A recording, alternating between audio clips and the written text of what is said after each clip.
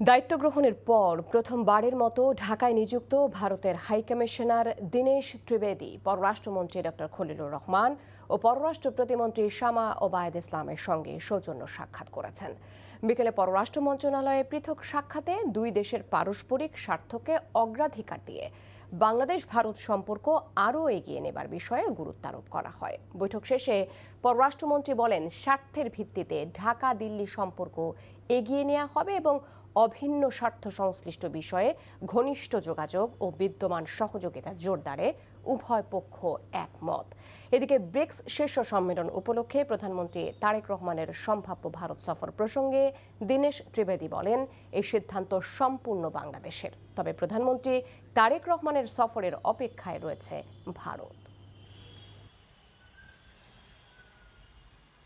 কোনো দেশের সঙ্গে আমাদের সম্পর্ক অন্য দেশের প্রেক্ষিতে জিরো সাম গেম নয়। একজনের সম্পর্ক ক্ষতি করে আরেকজনের সম্পর্ক বৃদ্ধি করছে, আমরা কখনোই সেটা করব না। সব দেশের সঙ্গে আমাদের স্বার্থ অক্ষুণ্ণ রেখে আমাদের স্বার্থকে এগিয়ে নিয়ে আমরা সম্পর্ক বৃদ্ধির চেষ্টা করেছি।